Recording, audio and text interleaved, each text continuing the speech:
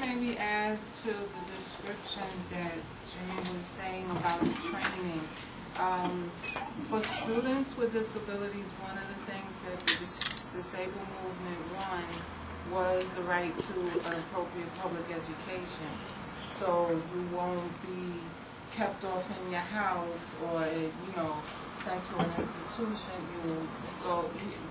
And transportation and things like physical therapy, if that's what you need, or hearing education, or vision education if you're legally blind, speech therapy, and all of these things are considered related services. Education is the main service, and it can take different forms: a smaller class, or somebody who pulls you out of class, different things according to your need. We think that it's that the city approach to busing has been disrespectful to that for many years now, and the strike situation is underscoring that for a lot of people.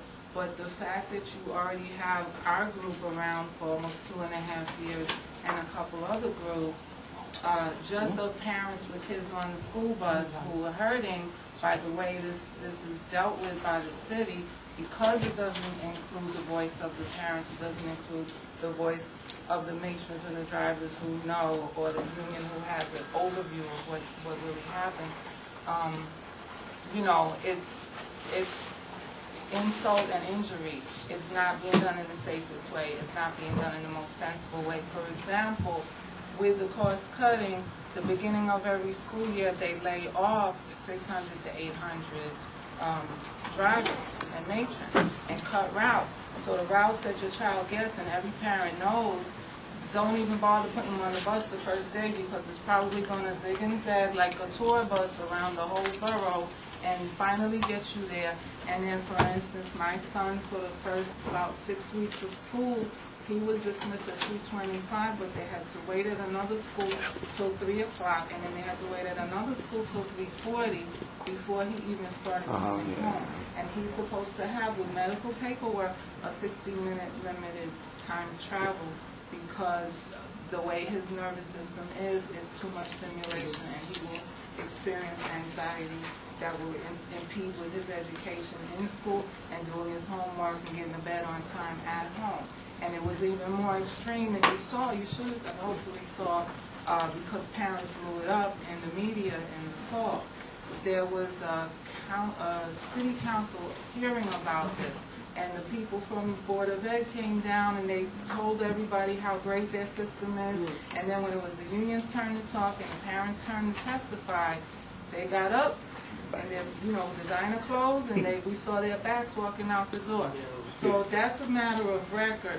Who doesn't care about the kids? We know it's the DOE, which is all under Michael Bloomberg, big billionaire. So really, a lot of parents get it and understand that we have more in common with people, or we rather have communication and we have a little more faith in people who do spend 5 and whatever hours a day side by side with our children, giving us a heads up when things don't look right, than with the authorities in charge.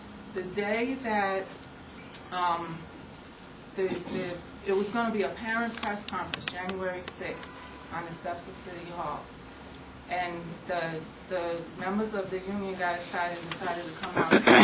So the Walcott, the school's chancellor, announced the press conference at like half hour earlier, but then he stalled it and made it like a real, tried to upstage it with his own press conference. That was one thing. Then they didn't let people come into the steps. City Hall police wouldn't let anybody come in. That was another thing. So there's these thousands of people who couldn't get into City Hall Park. A lot of us brought our kids down, and the kids were like undergoing confusion and stress.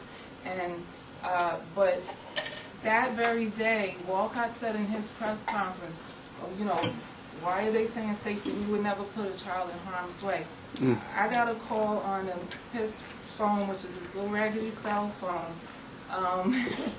This woman said she got a 5-year-old daughter One day a new bus showed up, they changed the route, you know, they do that a lot. They change the route, whether you ask for it or not, because they make all these mess-ups in the beginning, and somebody else complains, so eventually get changed. 5-year-old girl, the bus driver said, "Are you sure this is the right pickup?" And he told the mother, "Look on the bus." Even though it was a mini wagon with little seats, it was all 19 and 20-year-old young men in a program, because when you have a learning disability or, you know, intellectual, it covers you up to 21. You might be learning a skill or what have you in your school program.